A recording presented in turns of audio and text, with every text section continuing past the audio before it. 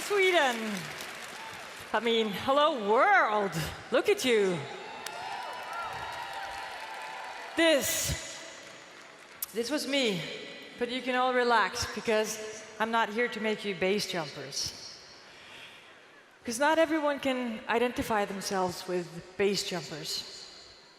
But the drive within us that makes us follow our heart and maintain the kid in us, I believe that exists in us all.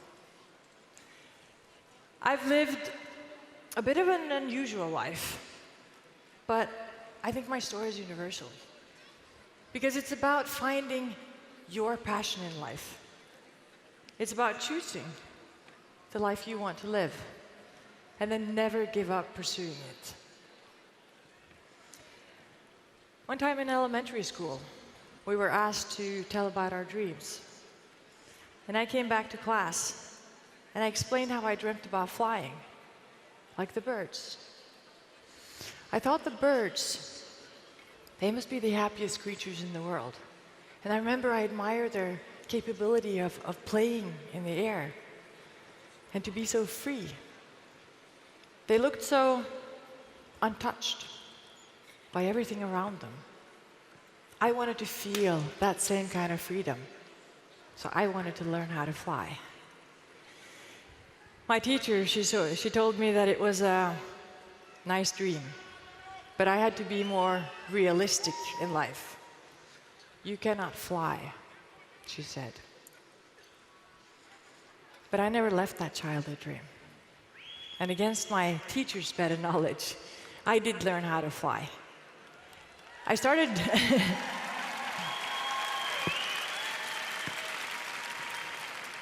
started base jumping. Base jumping has an alarmingly high mortality rate, so in order to justify our actions, we used gallows humor frequently. So whenever we were scared or nervous about the possible outcome, we would ask ourselves, what can possibly go wrong? And in base jumping, I guess the answer is obvious. But in everyday life, for most people, the answer is really not that bad. So humor was our way of dealing with extreme stress. And it worked. I lived in a dream life as a base jumper and a free skier. I was sponsored by some of the biggest names in the industry. My days were filled with photo shoots and film shoots. I had helicopters and private planes. I walked the red carpet and had champagne at my own movie premiere. I was treated like a rock star.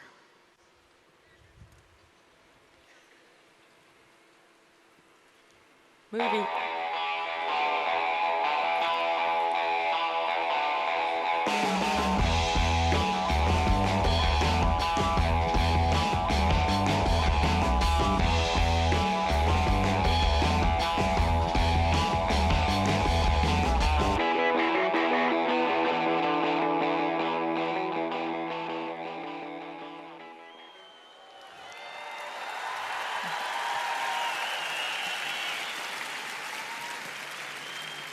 Thank you.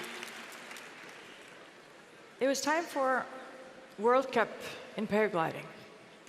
It was a huge show, and I was invited there to jump and entertain.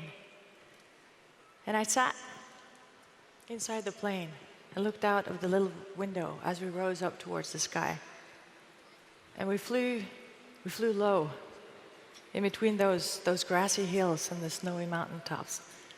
I mean, Switzerland has a really beautiful landscape, and I was thinking that, wow, there you are. I was thinking that, wow, I must be the luckiest girl ever who gets to experience all of this. I was living my dream. I couldn't wish for anything more. And I remember the atmosphere inside the plane was good. There was nothing to be worried about or nervous about. We had done this hundreds of times before. We jumped out of the plane. And I was flying with a camera that was attached to my helmet so that I could film the others in the air. And we flew side by side, making S-turns over and under each other. And the smoke that we had attached to our leg, it followed our every move and just created a beautiful pattern in the sky. And as I opened the parachute, I could hear the clapping and the shouting from the thousands of spectators underneath me. And I just let out a scream of pure happiness. Woo! It was perfect. And then I realized that something had gone wrong.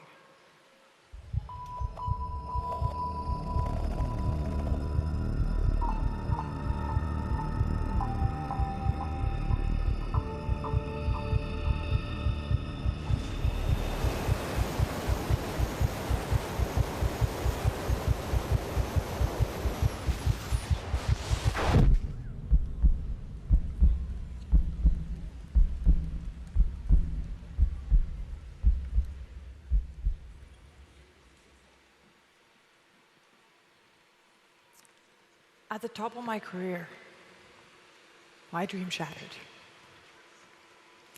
In 10 seconds, I went from heaven to hell. My chute was spinning uncontrollably towards the ground. I had a tension knot that tangled my lines, and my first thought was, I'll fix it. But soon the rotation speed was over 100 kilometers per hour, and there was nothing I could do. I've lost friends in exactly this way, and I understood that I would die the same way. It felt stupid. I had done so many dangerous things in my life, and I was going to die like this in a routine skydive from a plane. I didn't see my life flashing before my eyes like you hear about. Dying didn't scare me. I just didn't want to die. I loved my life. And the only thoughts that went through my mind those last couple of seconds before I hit the ground were, fix the problem. You have to fix the problem. Come on, you can do this. And then, brace for impact.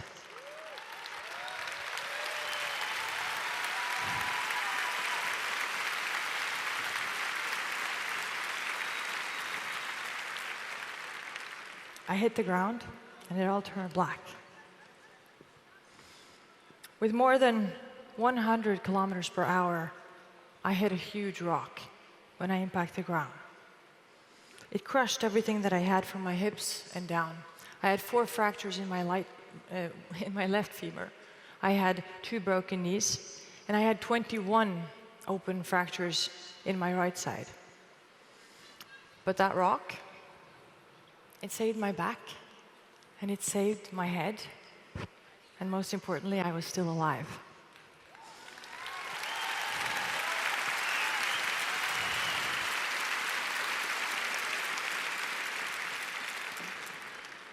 I woke up 2 days later at the hospital in Lausanne, and the doctor that stood by my bed that day, he didn't exactly fill my room with sunshine, although he emphasized how lucky I had been. He rambled on about infections in my body, and then he finished off with his conclusion. You are severely injured. You'll never walk again.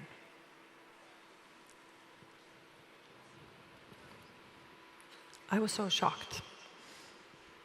I couldn't say a word. I could feel my throat was thickening, and tears were watering my eyes, but I couldn't cry.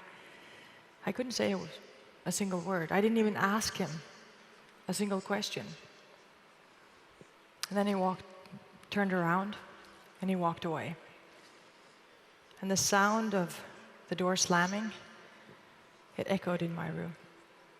And it felt like he shut the door to my life. I cried every day for a week. I had no power. I was afraid of the future, and I could see no light at the end of the tunnel. Thoughts and unanswered questions, they were flickering through my mind. What would I do for a living? This was my job. But maybe even more importantly, it was my identity. This was everything that I was. Was I ever going to be able to have a family of my own? I was frustrated, and I was sad, and I was chained to that wheelchair on indefinite time. What do you do then? I spent 4 months in that hospital. The doctors, they went through 20 surgeries, and the doctors removed 12 centimeters of my femur because it had rotted due to the bacteria. And in order for the infection not to spread to the rest of the body, because if it did, it would be over and out, they decided to amputate my leg. And when I woke up after that last surgery, I was met by a smiling doctor.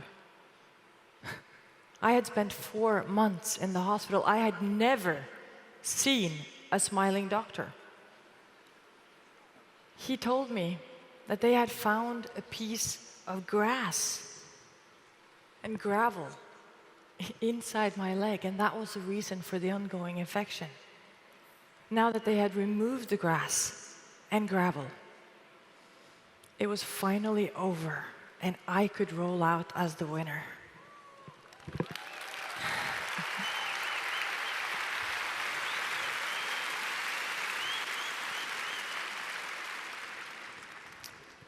And from that point on, I decided to eliminate all negative energy.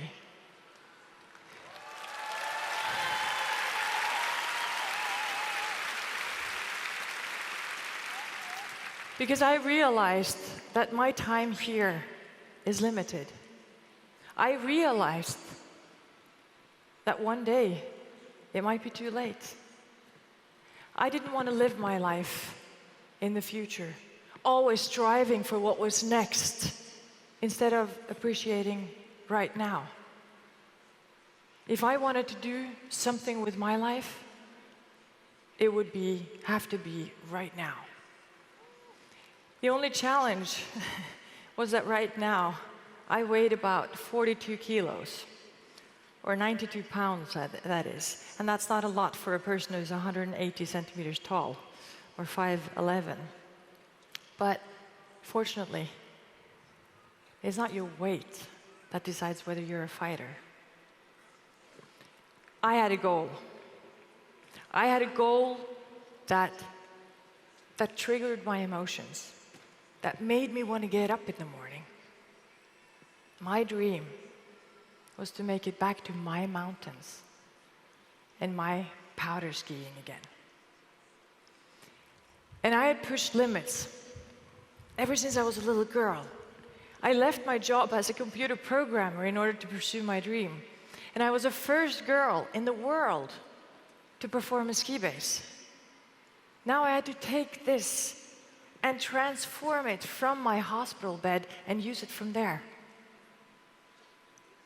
It wasn't easy. It was never easy before, and it was even more difficult right now. But like we used to say back when we were base jumpers, what can possibly go wrong? But the truth is, I had never felt more helpless or vulnerable, because what I needed, first and foremost, was to learn the most basic skill. The skill that even my 2-year-old back home masters. I needed to learn how to walk. And it's ironic because I had spent all my life trying to be different, trying to be someone special. And now, all I wanted was just to be normal. But at this point, I had no strength to make the big changes in my life. But I realized the power of the little changes and how it could make a difference in the long run. It didn't have to be much, just little things, like getting up in the morning when the alarm clock went off, instead of hitting the snooze button. Taking a moment for myself, to give myself energy so that I have something to give back to my family and friends. Put away my phone or turn down my laptop at night and be present in the now, because I knew that that would give me energy later. Little things. But week after week, and when it turned into months, and then finally into years, I know that the sum of those little changes, they started to make a difference.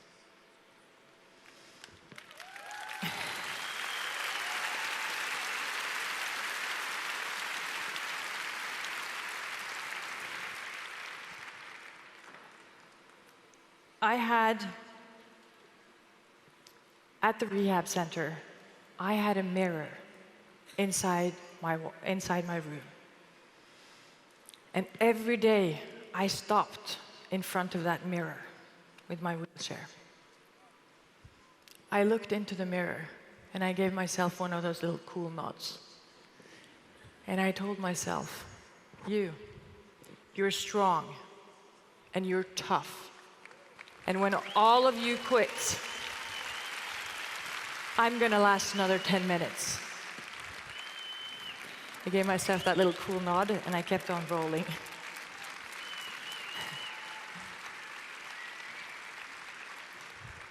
The truth about that story is there was nothing, absolutely nothing about this girl that was either tough or strong. And I didn't even last 10 minutes, so you have nothing to worry about. And I knew it. I knew it. I weighed 42 kilos. I looked like a sparrow and not a fighter. But I know some strong girls, and I know what they would have done, even if I wasn't one of them. And by telling myself this every day, every time I passed that mirror, little by little, my body started listening to the words that I told it. And little by little, I started doing what tough girls would have done. And I know that in the end, that was part of what made me the strong girl in the end.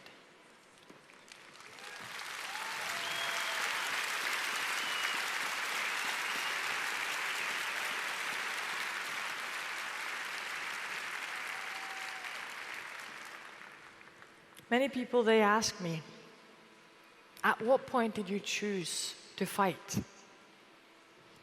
How did you choose your life? And the truth is, I chose to fight every day. Every morning when I got up, all through the day, and every night before I went to bed, I chose it. It didn't just happen, I chose it. And the good thing about realizing that you have a choice is that it puts you in the driver's seat. My accident, it changed my life. That's a fact. But how I choose to deal with the consequences, that's what's going to determine my future. Because I can use my situation as an excuse for why it would be okay to fail. Or I can use it as an opportunity to create something bigger.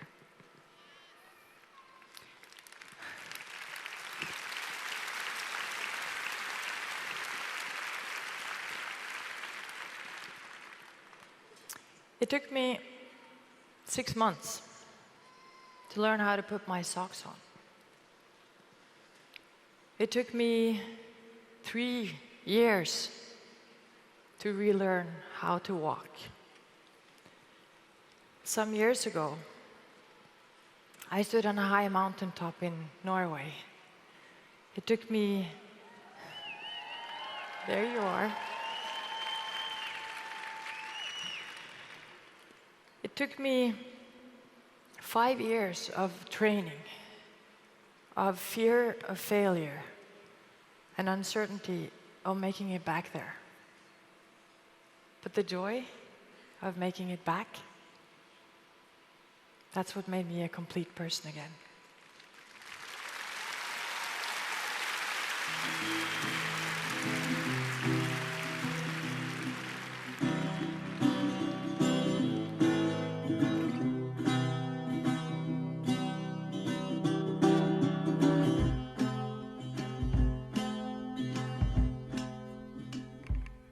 And I'm told you to be patient, and I'm told you to be fine, and I'm told you to be Der var ja!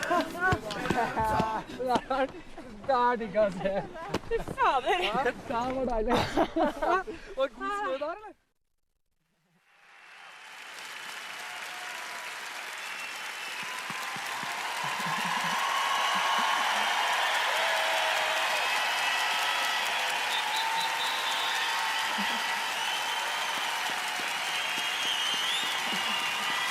Thank you.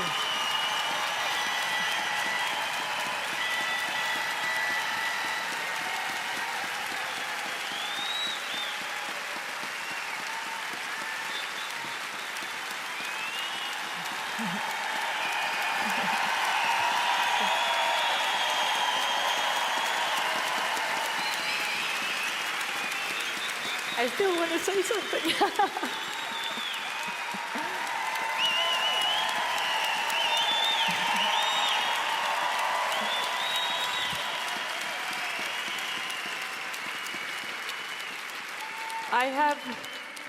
I have been given a gift. I have been given the gift of seeing into the future and come back to live my life differently. How would you change if this happened to you? I chose my life.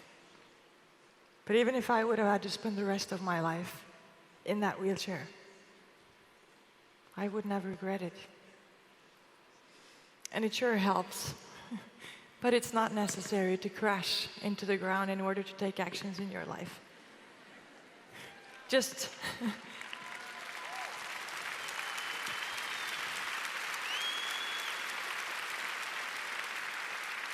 remind yourself every once in a while that our time here is limited. So if you want to make something happen, you better start right now.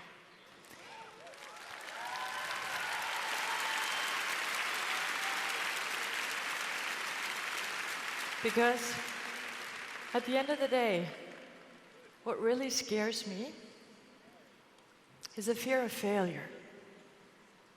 But the only failure I can make is if I never try.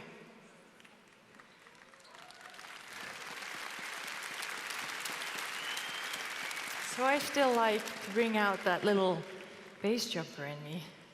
And I ask myself, what can possibly go wrong? So if I were to tell you one thing that I try to teach my 2 little boys back home every day, it would have to be that you have one life. Live it. Thank you very much.